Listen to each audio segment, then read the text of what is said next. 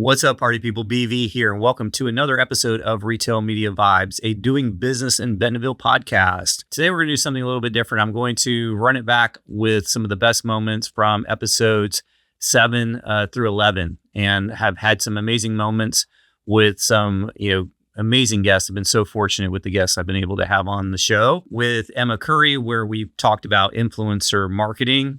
With Aaron Campbell, where we talked a lot about shopper psychology. Lindsay, where we really recapped 2025, and there were so many amazing moments from the past year around retail media. Sarah Gillmer, where we talked about nostalgia and the impact of traditional marketing along with nostalgia. And Toby Willse, where we talked about the power of AI and helping employees get back to higher value work. With all of that out of the way, we're going to go ahead and kick it off with Emma Curry.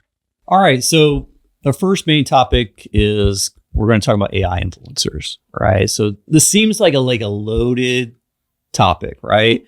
Because you have the influencer space, which people have some strong opinions about. You have AI, which people have some strong opinions about. And we're bringing those two together and really trying to unpack what is up with AI influencers, right? So influencers that aren't real human beings is not anything new, right? So I think the one of the more popular ones is Lil Miquela, and how there was an Instagram account that was created around her persona and actually even got brand deals. And so there's been a lot of these, you can even call them digital avatars, but the idea is this is not a real human being, right? And, and then you also have on the other side, influencer space, where influencer and content creation has been a huge growth area for marketers, right? And so you have these authentic voices that are, really talking about your product, talking about your brand, right? That you're leveraging the credibility to that person's audience, or the credibility they have in order to reach their audience and help them and teach them about a specific product or brand, right? But then on the other side now, with all of the AI tools that you have, and it's really easy to create an AI version of a human being and make that into something, right? You can take characteristics and you can take attributes of that you want to amplify through AI, and you can create this persona as well. And so personally, I've always thought, okay, wouldn't it be cool if you had a suite of these AI influencers that fit different categories of people that you want to reach, and leverage them in order to communicate about your products and brands. Obviously, when you work with something like an AI tech format for an influencer, they're always going to get the brand message right. They're always going to say what you want them to say. So you have some of those challenges on the human side when you have a human influencers to get them to say exactly what you want to say in the authentic voice that they hold, right? So that's always a tough balance.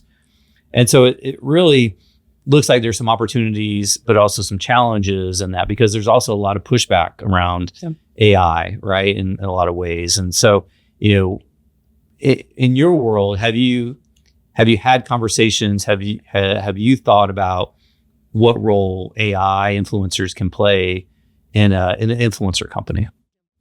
I think there's, again, pros and cons to all of it, right? And something that really intrigues me about the AI influencer space is that, one, think about how quickly a brand could react, engage in trends and things like that with an AI influencer versus a human. And the human element, you have to go and recruit somebody and go through all the steps to contract and all those things. Even if they're already a brand ambassador, there's still limitations there. And so the speed at which you could also engage, plus some of the other things you're saying, you're always going to hit the required talking points. You're always going to be brand safe because you have those guardrails. So I think that's another positive that brings to light too. what's kind of on the other side is, to your point, the authenticity and the community that is cultivated by the human connection. That's where we want to engage. And I think you lose a little bit of that, right? So it's really hard. I do think same way with everything AI, it can certainly be a great tool, even if you're not publicly facing with an AI influencer. Yeah. Is thinking about that as, like a pressure test, like give the AI influencer the brief. If they can't hit the brief, maybe the human influencers are going to struggle with it too. Or maybe it's actually, I like that idea. Like it's almost like you're setting up an influencer test, a test case, right? And so, if you have this AI influencer and you can run your brief through them and see what they do with it, can also help you inform how you might work with a human influencer. I do like that idea. Yeah. I think too, one of the other elements of that is how much AI are the true influencers using now. I mean, that's a talking point that it's still pretty split 50-50 of like how heavy brands are asking or putting requirements around that. Like, are they using it to draft up concepts or to do any automatic editing, even using the native platform AI tools? So there's AI elements probably in a lot of the influencer content that we don't necessarily all see or know about. Yeah. But what level of transparency is required in that situation, right?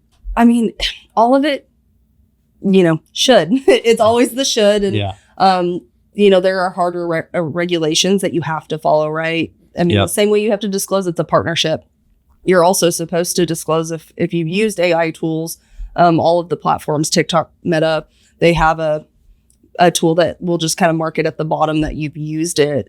And that's transparency is key in all of it. I think whether you're an influencer that's used tools to generate your content or you're an actual AI influencer that the brand has cultivated and created, is that transparency. And I think that's what drives the connection in the influencer and social media space, no matter if you're disclosing a partnership or you're disclosing an AI tool. We're going to talk about influencer content, right? That's an area really well, right? And so one of the things that has evolved with influencer content is a lot of times influencer content was looked at as a brand building exercise, right? And so influencers would go and they work with a brand and they would talk about a brand.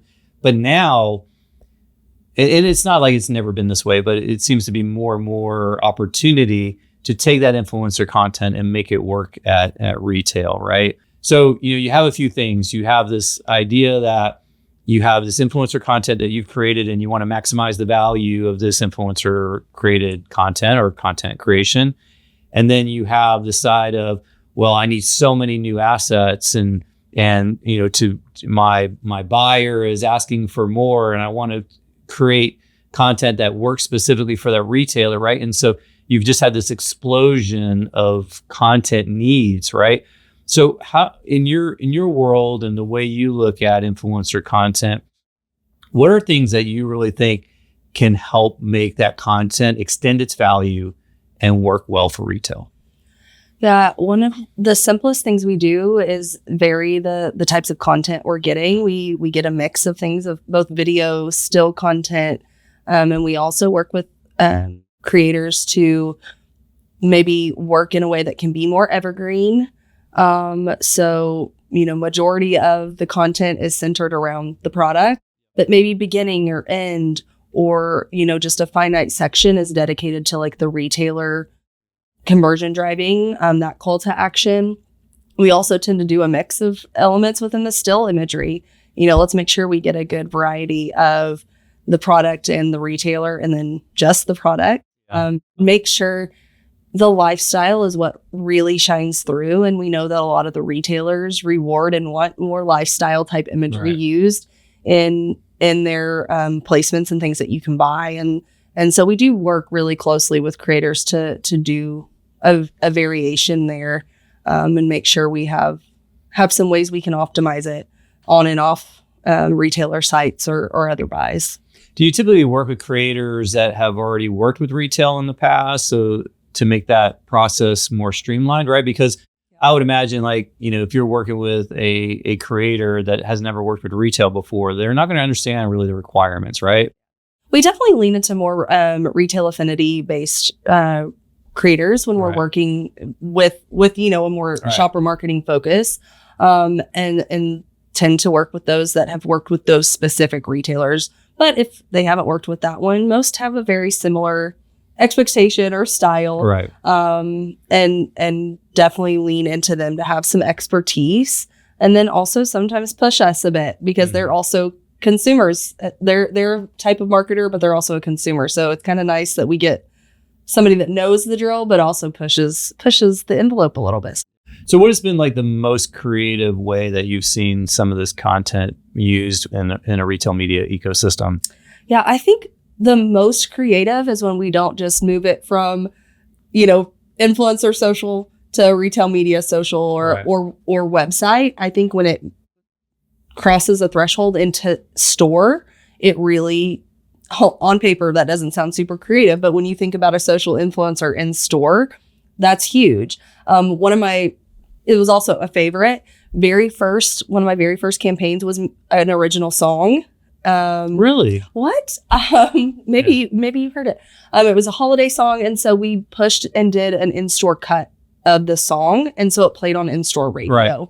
So that's probably not something you would bring to the table at a first idea client, right? Like that's a different variation, but I think there's other ways we haven't even begun to think about using in store. So just to narrow that down for the people that are listening, so that they follow that.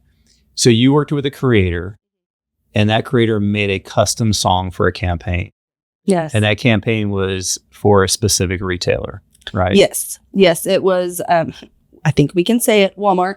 Yes. We can say Walmart. And so we use that song across the campaign more broadly. We integrated into other influencers' content as well, so that song spanned the campaign holistically. But then, yes, we made the song specific to that retailer, and they loved it and played it on in-store radio during the holidays, which is a prime real estate, prime time to have brand exposure and even to have that musical artist's music reaching new masses. And one of the things I've always thought was always a smart idea is to give a retailer the opportunity to have a creator that is dedicated to them, right? So make that unique. So if you have a specific program and you're running it across multiple retailers, have a different creator for each retailer and have them create content that is bespoke to that retailer and that retailer's messaging and that retailer's shopper, right? And so when you can do that, and when you have something that is a valuable asset, like a song, right? Determining what are the best ways to distribute that asset throughout that ecosystem. And so, like, a lot of times, retailers like Walmart, they're not creating songs specifically for a CPG category, right? Why would they do that, right? But if it's somebody that's in CPG, a brand in CPG, want to create a song, and then, oh, by the way, Walmart, you can use this in your own, through your own channels. I mean, it just extends the value of that content. Brands have invested a significant amount of money in that space, and so it's really about getting that value. And then, of course, you're earning credibility with your merchant at the same time, right? Yeah. Oh, this is fun. This is cool. This is specifically to this category. So it really feels like that's one really a really good unlock is content that is unique and bespoke to that specific retailer that can be reused across multiple purposes. Now, so what do you think? I mean, I'm drawn to diapers because I'm still in that world, but does it shine for you? Well, I think, having a reason to take time off from work to watch sports is a good reason to do anything. And so I would say that, I think it's smart. And it is definitely very, very cheeky, and it kind of fits into, the right cultural, timing of things. So, I mean, obviously there's a lot of people who love the World Cup and will be glued to TV for that. And so, why not kind of pair those things together? So that's really cool. Hey, as someone that was on maternity leave during March Madness, which is like my holy grail, I get it. Take the time and enjoy if that's one of your loves. All right. So my campaign, Emma, is Walmart with their Who Knewville holiday campaign. So Who Knew has been Walmart's platform for several months, maybe it's the full year at this point, around, introducing people to Walmart, like almost reintroducing Walmart to consumers again, because I think there are perceptions or have been perceptions about Walmart, and this is reintroducing what those perceptions could be. And Walmart does offer way more than I think what people expected. So I think it's a great platform campaign. But a person like myself, I love nostalgia.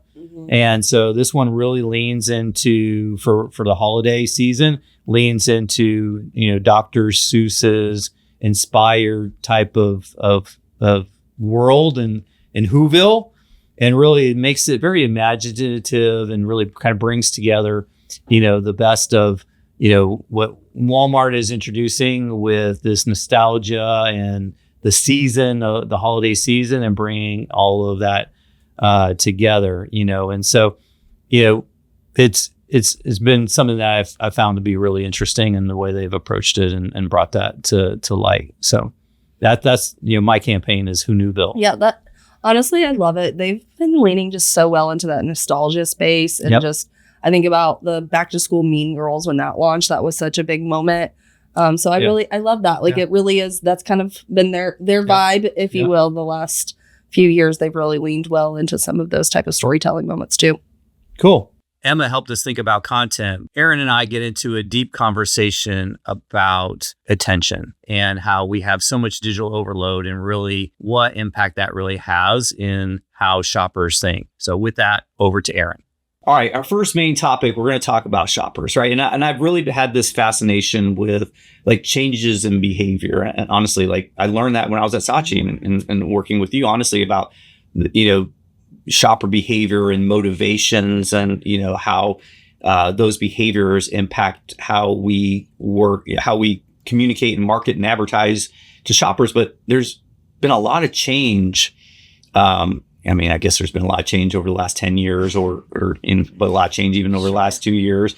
COVID was a lot of change, but, I would say that overall, like shoppers today are overwhelmed, they're distracted, and they're moving faster and faster. It feels like just things keep continuing to accelerate.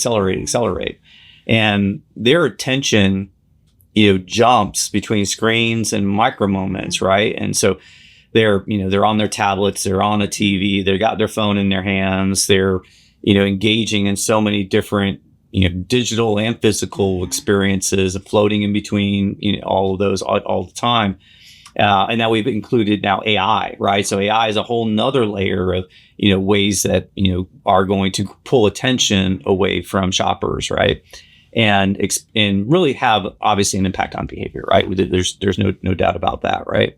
It used to be so simple back in the day, right? So I always sometimes I think about, what was it like in the 50s, 60s, 70s as an advertiser? It was so simple. It was hard, yeah. Right? You had a TV. Yep.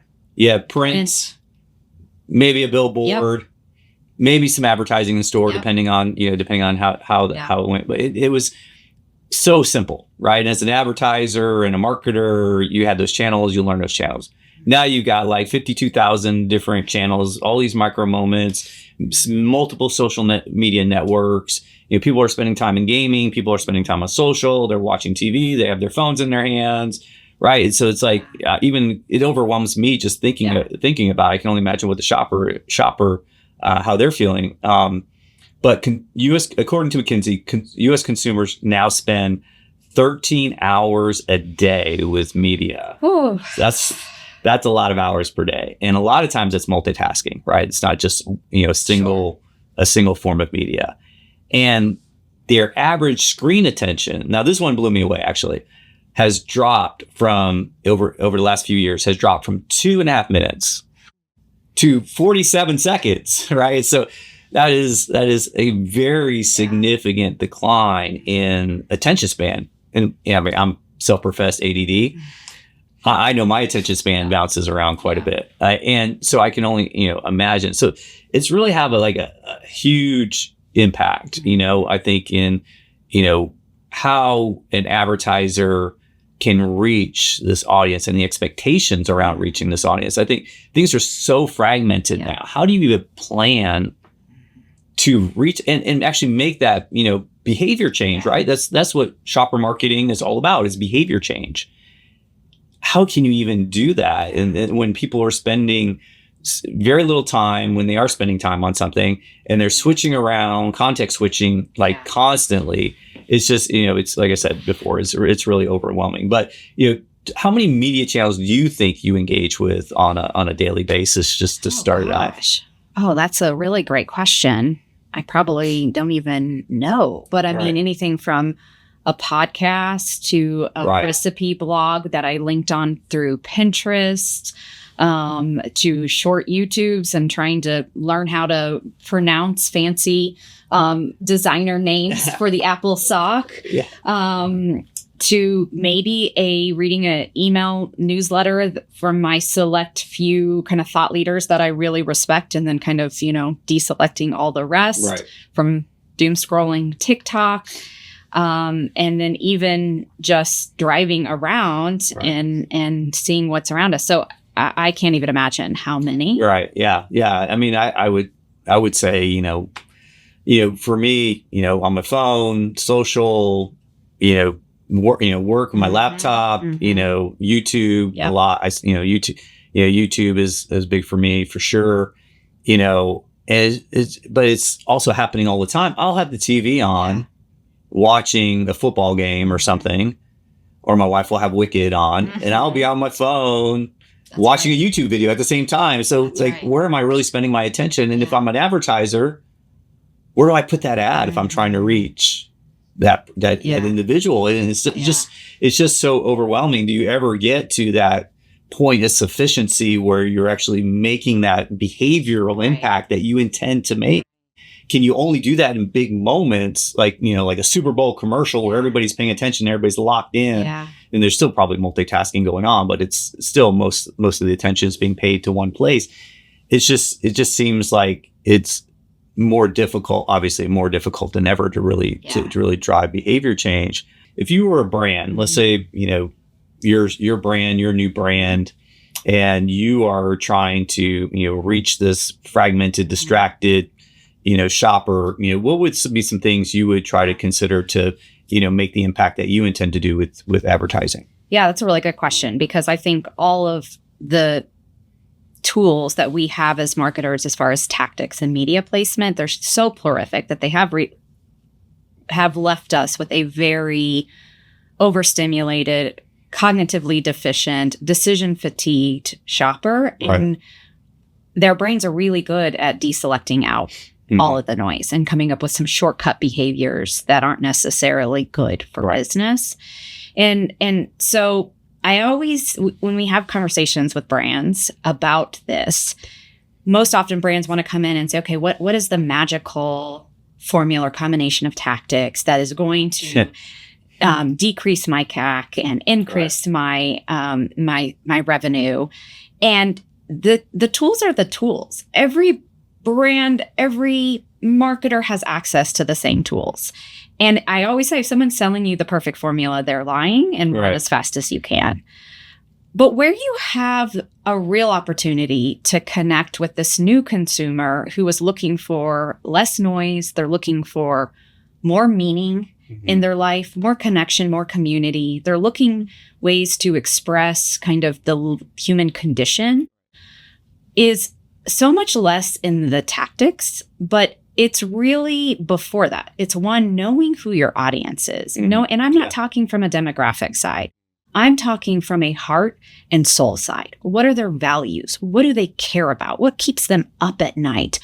Who are they? You want to speak to them. Yes. And you want to authentically connect the heart and soul of your brand in areas and ways that they already intrinsically care about. Right. And that's not a list of functional benefits.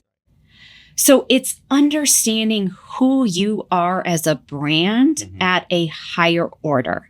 If your brand had a soul, if your brand had a heart, if your brand could shortcut why this product was created, what problem does it relieve for your audience, then that is where the meaning and the connection happens with your niche audience that cares about the same thing. The analog comeback. So I'm excited for this one. Yeah. Yeah.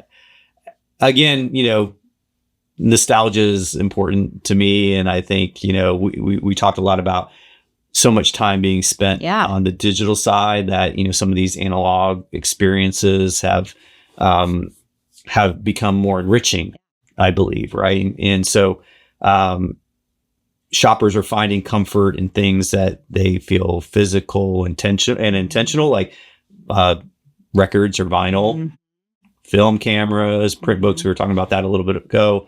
Stationery, that like actually taking out and writing an actual note in cursive. Man, that's one I struggle with a bit, but I understand people who like to do that. Like all that stuff is surging, especially even with younger shoppers, not old folks like me necessarily, but definitely younger shoppers. And then you throw AI into it, and now AI is like, we've got all of this content being created via AI, and it's just inundating people with all this digital content. And so it's like taking that step back and like reclaiming the physical world, reclaiming your mental state, potentially, and so this is so cool to see some of these things that I grew up with are now making that comeback. Even tapes and records, absolutely, and even CDs for those that are a little bit like some of that stuff. It has come back for sure. And so like all of this stuff is really kind of coming around. And are we going to go back in time and do it all? No, of course not. But I think there is definitely a group or a growing trend in this area that I think people are kind of using as almost like escapism to a certain degree from all of the other stuff that's going on. And people are paying big bucks for art as well, and especially like Gen Z. Art. Yeah, physical art. Like, just not too long ago, I felt like we were talking about these NFTs and people buying Bored Ape NFTs for millions of dollars. And now that's pretty much gone away. And those obviously don't value as much as they used to. And now people are spending, hundreds of millions of dollars on a piece of art. So it's definitely coming back.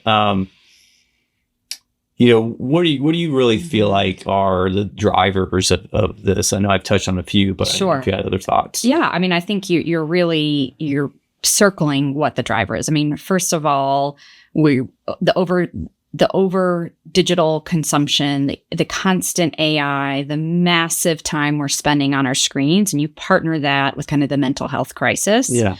And so obviously our obsession as brands and retailers and marketers of creating what we consider a frictionless, seamless, hyper convenience environment is maybe that's what the shoppers thought that they wanted, but it's not necessarily delivering the relief or the intrinsic value that they thought. Yeah.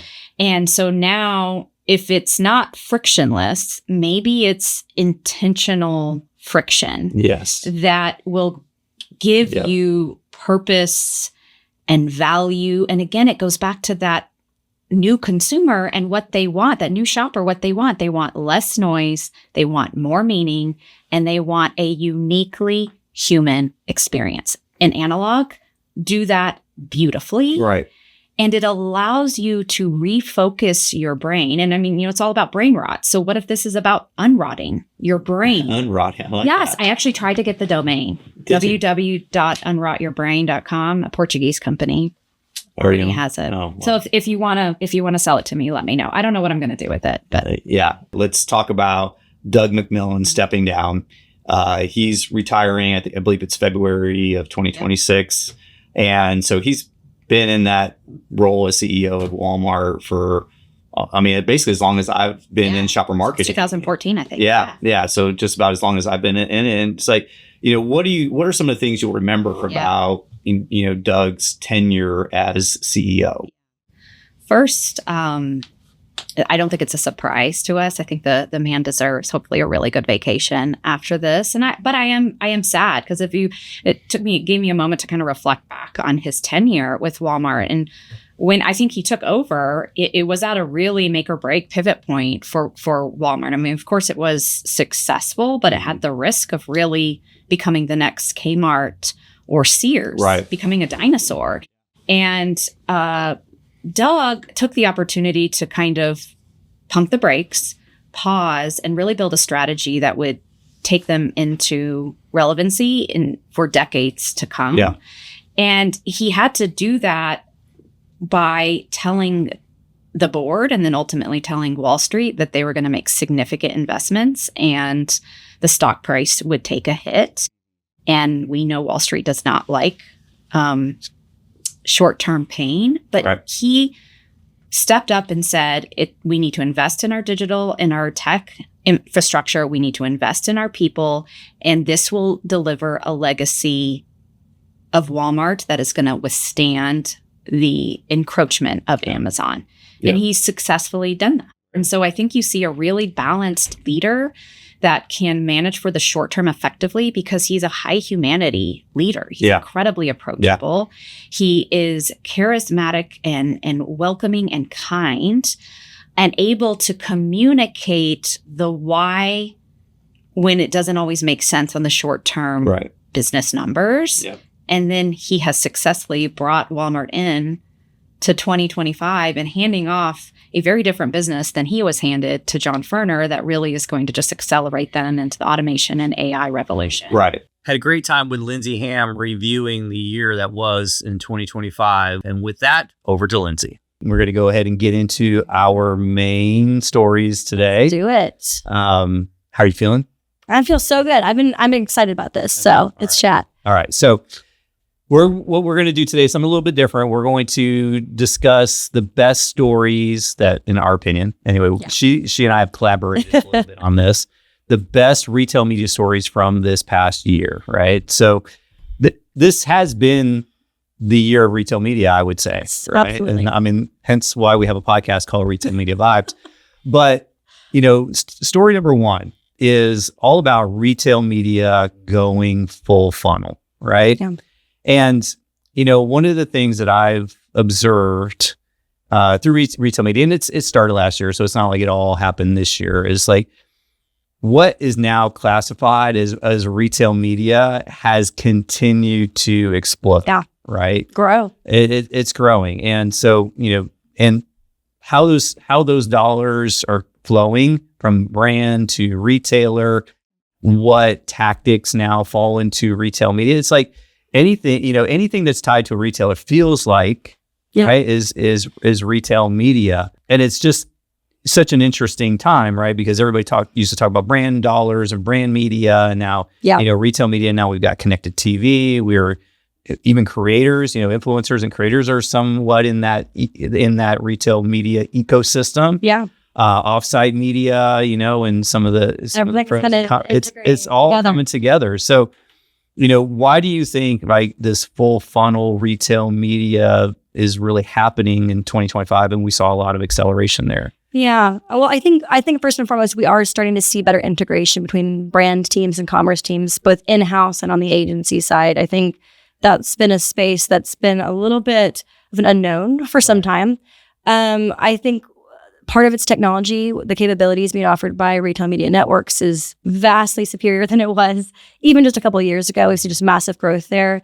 But I think the other piece is we're able to tell a stronger story, and that's due to measurement. So I think the improvement of measurement within the retail media networks, and I know that there's still some measurement methodology and things that are being we're going to talk definitely about We'll talk more about that later. We've got a couple of opportunities to talk about that more. Yeah. But I think we're telling a stronger story from a retail media network perspective, and I think the value is there. And I think brand teams are understanding the value that a retail media network can bring to their holistic solution. And so its measurement and its capability set kind of converging to create this really unique synergy. So do you think that brands are really starting to understand retail? Because, when I was in the mix, there was this contention of, brand doesn't really get retail. Yeah. Right? And there's obviously some nuances in retail specifically.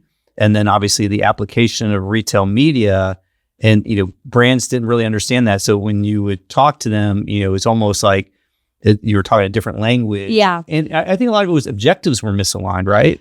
Absolutely. And I think their education is still happening and still needs to happen. Yeah. I mean, I think there's still a gap that's being closed in terms of understanding and speaking the same language. You're right in that the KPIs that are used by, a brand focused sort of upper funnel team are not the same as a commerce team, as a, below the line team. And I think that's part of the challenge is we aren't always speaking the same language, but we are seeing that convergence with the launch of CTV, with the launch of more social capabilities in-house within the networks. I think we're starting to speak the same language a little bit better than we used to.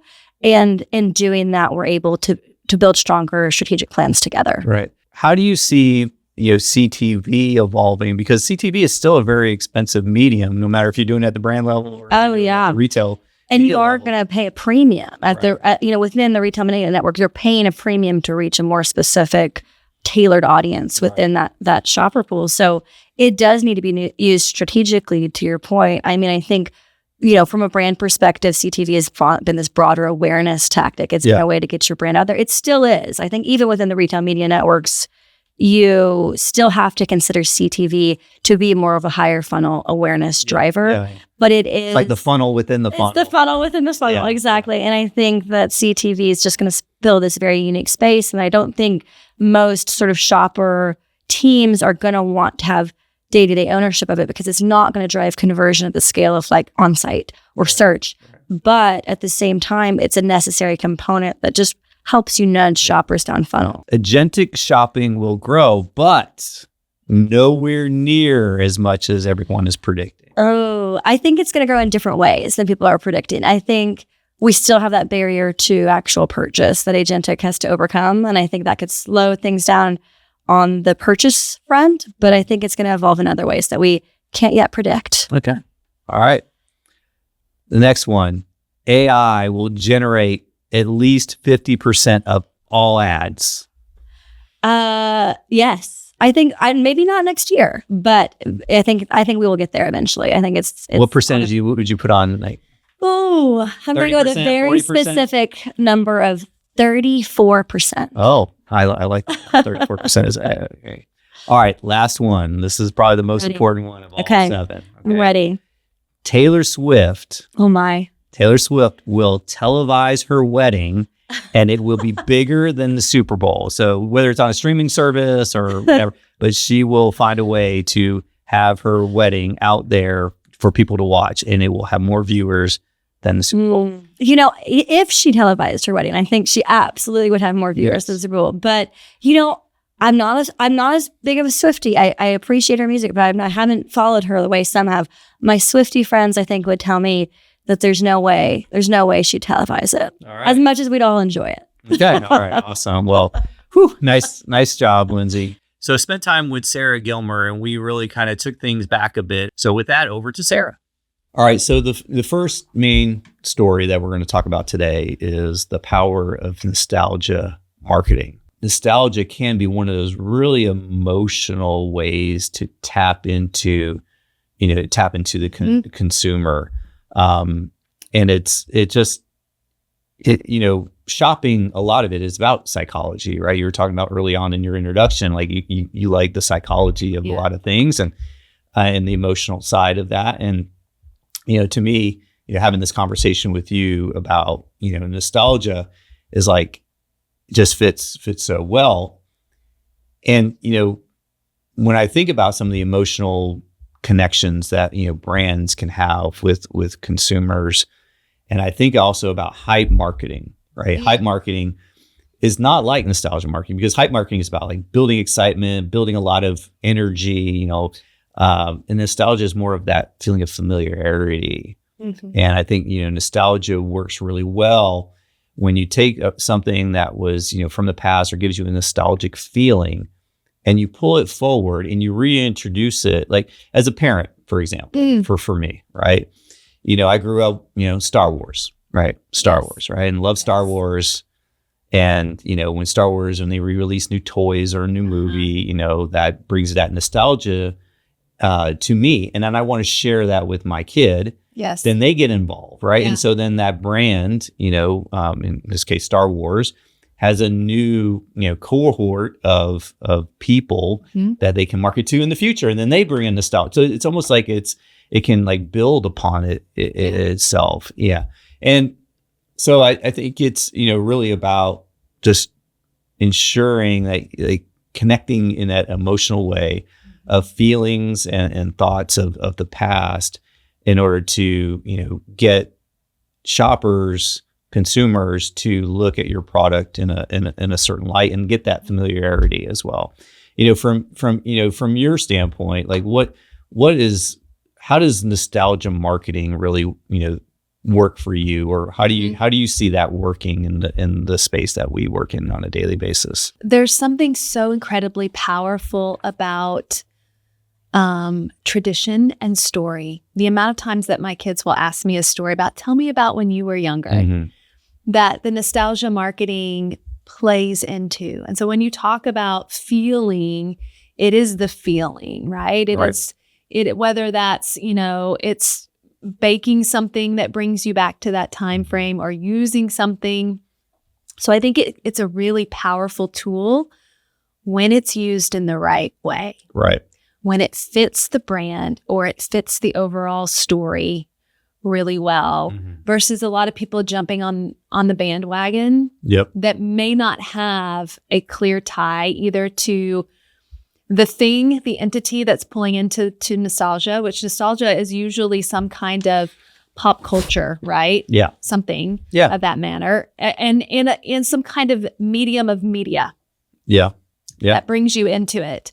And so if something or a brand can sink in with that and that aligns well with them, then it works. Yeah. When I was thinking about this conversation, I was thinking about, okay, who does it really well? I think Barbie does it the best. Oh, that's interesting. Because Barbie is obviously a legacy, a legacy toy, right? Yeah. Legacy brand, right? That's been around for years. And then there's always, that mom that introduces, Barbie to their child at some point. And then most recently, right, they had the Barbie movie, right? And so it exposed Barbie to a whole new, and then it like reinvigorates the excitement, the interest, the love, and because it is an emotional thing, the love for a particular brand. So I think Barbie does a really, really great job of that. From your standpoint, like, can you think of other brands that actually do a good job of that? Well, when you said Barbie, what I immediately thought through that was or Hot Wheels. Only because, like, even when you talk about Barbie and Hot Wheels, like, my parents kept those for my brother and I. So, like, it's great to introduce, like, pull out Barbies that were mine and let my daughter play with them, or son, or from that case. Yeah, I did the same with Star Wars. Yeah, from a Star Wars standpoint. In terms of other brands that do it really well, what comes to mind, although I'm trying to think of like a specific example, I kind of go back to some of the cereal brands that capitalize on a lot of those things because they've been around for a long time. Yes. Yeah. There's a certain legacy. There's legacies with it. So we're going to talk about traditional media. Is traditional media dead? I always feel like in my world that I've worked in over time, the word traditional media has a bias to it. When you bring it up in a conversation, hey, let's put together a marketing plan. And a form of traditional media comes up. There's usually some sort of bias, or I don't want to say visceral reaction but I do think it gets pushed aside pretty quickly. And just to be clear on when we're talking about traditional media, we're talking about print, radio, broadcast TV, and out of home. Yeah. Okay, so those are the four. I think there's going to be a new wave of a different type of traditional media, but we'll get to that. And I'll get to that in the future. But I think you get the same ideas. All of these things are outdated in some way, and some of them have come along, right? Come along for the ride. Some of them have morphed into something a little bit different, like of course, like TV, from broadcast TV to more, streaming and connected TV and podcasting with radio and like a lot of these kind of evolved into these new age digital formats in some way. But there is something to be said for some of these mediums when done in a certain way, right? Under certain circumstances. Do you want to have a print ad in a magazine for every single campaign that you run moving forward? No, probably not. But in the right case, it might. Yeah. But it is funny though, like if you went to a modern marketer today and said you're going to do a print, you're going to do a print ad in a magazine, just as an example. Yeah. You'd probably not even get in front of the client because somebody, a leader would probably stop you and say, they'll get that off the plan immediately. But, there could be some white space there that you're not tapping into. Right. And the whole idea of omnichannel is multi-channel, right? Exactly. Are there really the right times and places and situations where some of these forms of traditional media could exist and be smart? I've said in a previous podcast, sometimes I like to zig when people are zagging, right? So when there's so much push into digital, one form or another, can you go into one of these traditional media channels and make a splash because everybody else's attention is somewhere else, right? So, from your standpoint, where do you see the usage of traditional media and the value it can bring to a marketing plan? Consumers are looking for some of these traditional options for that. And also the younger generation. So like my daughter, a couple years ago for Christmas, my sister gave her a subscription to a travel magazine because she loves to travel. Awesome. She still has those magazines. She still goes through when this subscription and flips through them because she's looking for things. Right. She looks for what to wear. Like every time I get a magazine, a clothing magazine, she's always like, don't throw that out. Because you can look through it and touch and feel like she's not seeing that. Right.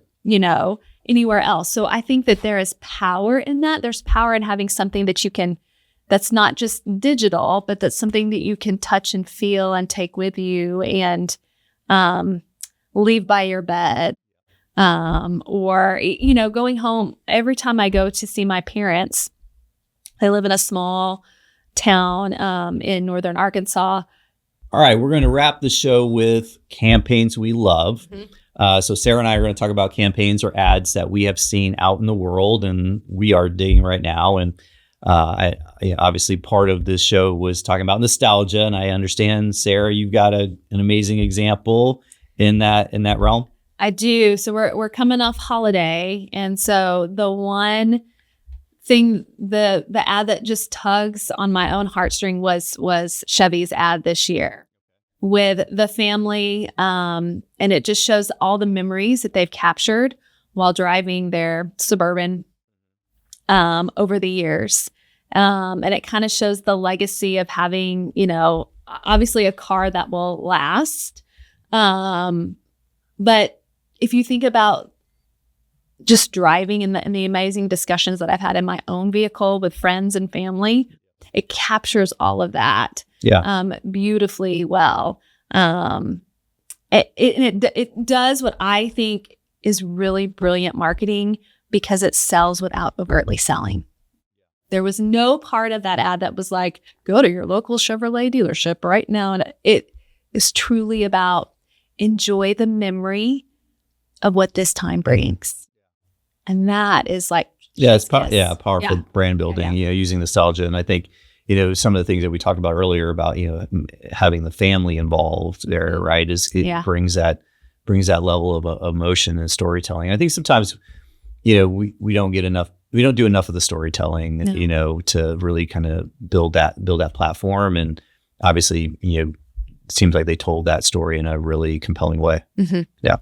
All right. So my campaign I love is around a Dunkin Munchkin. So I am a huge Dunkin fan. Absolutely love.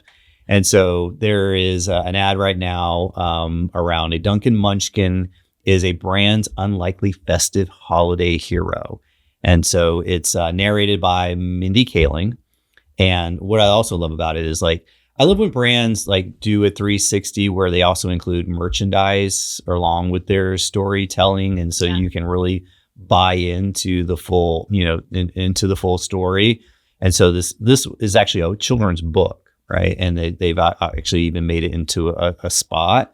But it's really centered around a Dunkin Munchkin, which is their donut hole, if those of you that don't know. Yeah. And it's a journey of belonging. So the character, our little powdered Munchkin, feels discarded and forgotten because all of his compadres that are inside the Munchkin box are getting selected by people. And he's the last one left. And then a child scoops in and grabs that last Munchkin, and it's the most special, best bite of all. So it's kind of, so here's how I feel about it.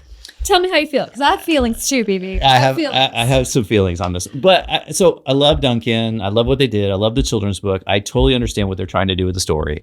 Yeah. And then finally, we wrap things up with Toby. So with that, over to Toby. My general POV on retail media is really the expansion of advertising capability throughout the different platforms and the very intelligent aggregation of some of those platforms into unique tech providers. I think that retail media as a whole is going to continue to grow pretty rapidly. But I do think that there's a lot of headwinds that it faces, with a lot of tailwinds as well.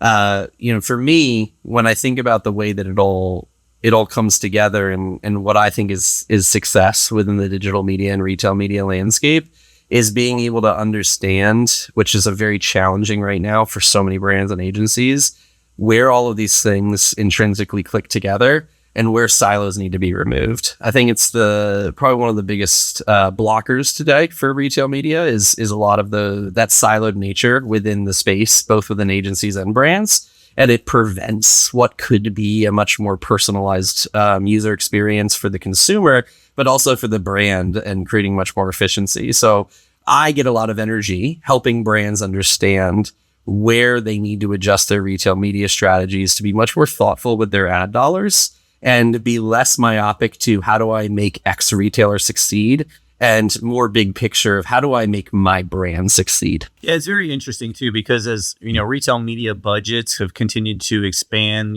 brands obviously want to have a lot more control over how that money is spent. And obviously there's, a lot of discussion. We'll talk about measurement a little bit later on, but there's a lot about measurement and so forth. But it is interesting to me because, retail media has been around for a while. There's been, we've had, Triad Retail Media that used to do advertising, with Walmart Connect, or it's not Walmart, it wasn't Walmart Connect at the time, but they were doing it. Walmart Media Group back then, I do believe they might not have they've had a few iterations for sure. And then Amazon, everybody's had media, right? But the budgets and what people were spending and nobody really cared too much. But now there's this, proliferation of all these different tactics and spends continue. And I was like, oh, wait a second, this is impacting my budget now because a lot of these dollars. And so the conversations that I've had quite a bit recently, or let's say over the last year or so, is really about trying to get the customer teams or the retail teams on the same page with the brand teams. And there's seems to be not necessarily friction, but a lot of times misunderstanding of what it takes to perform on retail. What has your experience been on, and I know you said, you really enjoy trying to get brands understanding the space, but like, what have you seen and heard from your experience that really helps get everyone on the same page on what the true opportunities are? Yeah, it's a great question, and I'm very curious of your perspective of this. The way that I find that, in my experience, that brands and sales have been able to get into a better rhythm, and it's not always perfect, tends to be a greater understanding of the space and what it means to be in store versus on the digital shelf,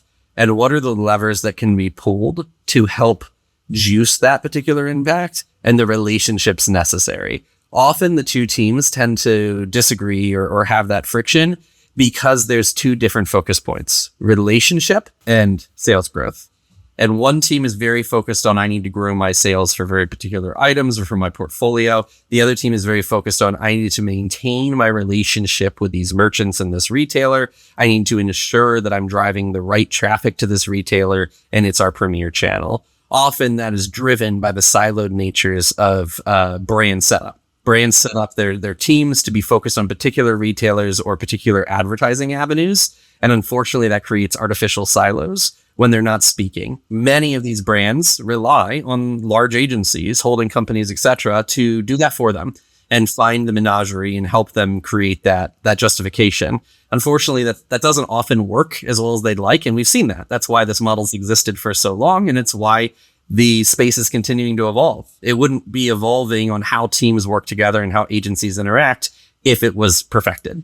Right. So that is where I've seen brands succeed and where I've seen agencies succeed, is removing the person X will handle this for me and saying, we need to figure out the crux of the issue and bring these teams together and still offer and allow the capability for these different brands and these different team members to be able to focus on their core competencies or their core responsibilities, but understand that camaraderie and teamwork is needed here to ensure that the communication streams are consistent and that these different individual teams are operating holistically versus singularity. And then you come to a bottle of the funnel where everything starts to crowd together. And now you have, disjointed strategies and what effectively becomes very inefficient ad spend and often creative visuals. How do you feel? Have you seen them be somewhat similar? Yeah, and I think I think it's one of those things where, conversations have to continue, and everybody, it takes time, right? It takes time to absorb, the true opportunity. Plus, you're trying to get your arms around something that's growing immensely, and the demands are increasing. The JBP commitments are continuing to increase. They're wanting more. And I think you hit on something early on in your response which is really important, because there's sales and there's a relationship, right? There's, a return that drives the business from a numbers perspective. And then there's drives the business because of a relationship, right? So there's, and we used to call that return on relationship. The challenge is it's hard to quantify return on relationship, but to be honest, that might be the most impactful way that you drive your business. If you are building the right relationship with, your merchant, and you are, doing the things that the retailer needs you to do. And obviously there's got to be a give and take. So I'm not saying you just say okay to everything, but there's a lot of give and take, and you have a lot of good communication.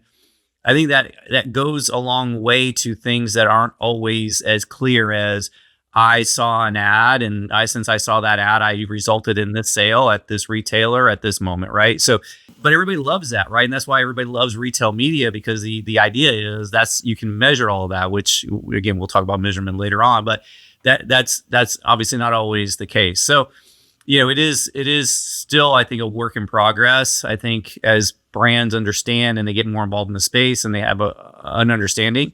And I would also encourage brands that may not necessarily have access to a specific retailer because of their location or whatever, to go and visit that retailer and go on a store walk with somebody. And at least, and I understand we talk a lot about e-commerce, but I think you can get a lot of perspective about e-commerce by walking the store. And so, because it is a multi-channel experience for most shoppers, right? Omnichannel, right? So it's a multi-channel experience. So you have to understand the store. You have to even do a site walk, right? So do a site walk and which is probably a little more convenient than finding a store and going there if it's not in your area. But I think, having some of those experiences definitely will, help that understanding between brand and customer team or brand and retail team in order to really drive some of the opportunities, because those are the things that happen in the margins, right? It's like, these are the things because we feel good and we work together, we trust each other, we are all trying to be on the same page. Those are the things that come together because of some of these other activities like site walks and store walks and, having conversations, having lunch, talking about these things. And so it's still a very relational business, even if we're talking about dollars or ones and zeros, right? Couldn't agree more. And I think that, when you think about that, like the other side of the spectrum is for, that's as you go to the more of the sales team and you think about, and the, e-commerce teams, depending on the company you're talking about, oftentimes one of the things that's also really good to put yourself in, particularly for a brand team, take one step back and think to yourself, particularly if you're in charge of certain retailers or segments, what is actually going to drive a consumer to purchase? And again, not looking myopically to the retailer, but thinking greater scheme of your brand. What is going to drive a consumer to purchase, and where is their channel overlap? All of us shop at multiple stores, right?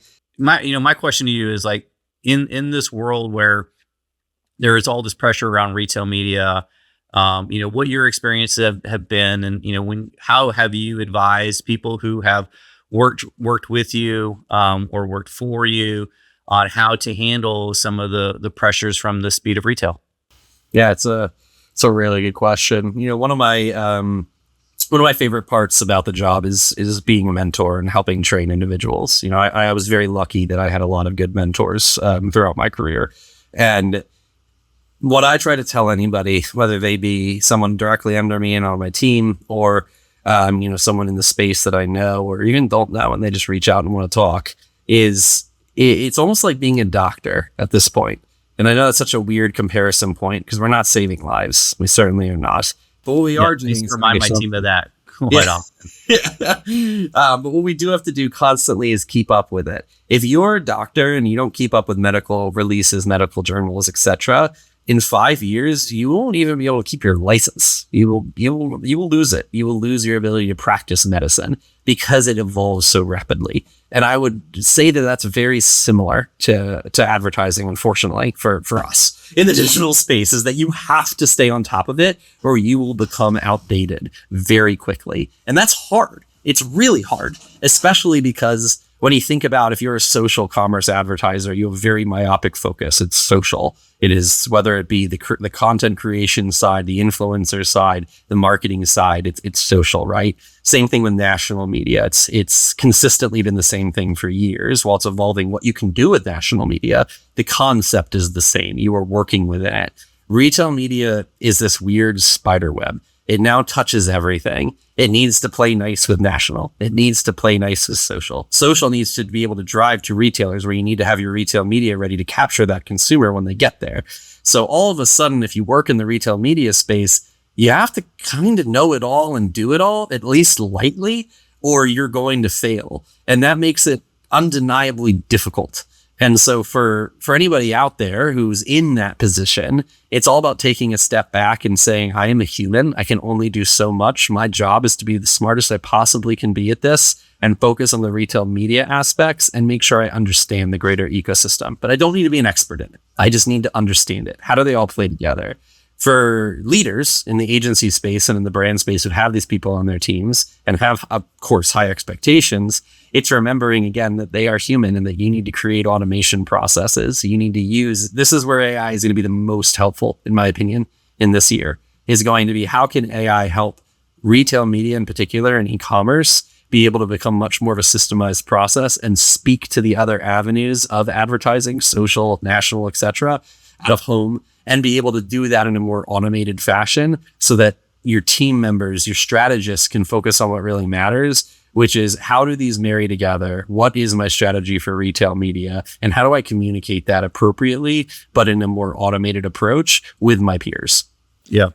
Yeah. For me, with the individuals that I've worked with, it's been about empathy, having an empathetic conversation with them, trying to understand what their struggles are, and trying to to do the best you can in order to solve those challenges. And I think that's sometimes that's helpful, right? But at the end of the day, too, it's also you have to figure out ways to take action. I do think not to say that AI is the answer for everything, but I do think that AI can definitely help with reduction of the mental load to give you more space to do other things, or think deeply, or continue to research. So I do think there's some opportunity to reduce the overwhelm with AI, and I think that's what a lot of people are actually hoping for and looking for in the promise of the AI to come, for sure. So good stuff. I appreciate you, Chase, sharing your perspective on that. So Of course. Yeah. And I couldn't agree with you more. I think anyone who's like scared of AI, it's right to be a little fearful of it. But I do think that it will naturally actually help our jobs be easier as advertisers and as marketers, versus replacing you. I think it could arguably replace more of the transactional lever pulling, but that doesn't replace the human. It just upscales the human into a different role. Yeah. Yep. Absolutely. So Toby, I know you haven't played Bold Vibes before, but basically this is how it goes. I'm going to throw out some bold statements about retail media, some marketing, and just some other stuff as well. You're going to have to give me your gut reaction to these statements. I have 8 statements today. I want, just quick answers, no overthinking, just like, what are your thoughts? All right. Okay. All right. Are you ready? Yeah, let's do it. Okay. All right. First one, the CD AOL used to get people to sign up for internet was the best marketing ever. Agree. All right. CES is the best conference for the retail media industry because of timing, location, and attendees. Disagree. I hate that it's at the beginning of the year. ChatGPT will be more popular for new product discovery than TikTok. Ooh. Disagree. LLMs will make more money from affiliate fees than from advertising this year. Okay. Agree. More retail media networks will be shut down than are created this year. Agree. Unfortunately, I agree with that. Man, I'm bringing the heat. I'm telling you. All right. AI generated ads will become more prevalent and no one will care. Also agree. Yeah, I think people will care in the beginning. I think within a year, no one will give a crap. All right. AI will have a bigger financial impact for retailers in the supply chain than retail media. I also agree with that. Very much agree. And finally, the last one, Retail Media Vibes will be nominated for a Golden Globe this coming season. Oh, 100%. All right, woo. Easiest question of the bunch. Easiest question. Good job. That's a wrap on this episode of Retail Media Vibes. Huge thanks go out to my guests, Emma Curry, Sarah Gillmer, Lindsay Hamm, Aaron Campbell, and Toby Willse. I really appreciate them coming on and sharing their vibes and their insights in those shows. If you have any input for Retail Media Vibes, you can always email me at retailmediavibes@gmail.com. So with that, we're going to wrap the show. And as always, I promise to do better next time. BV out.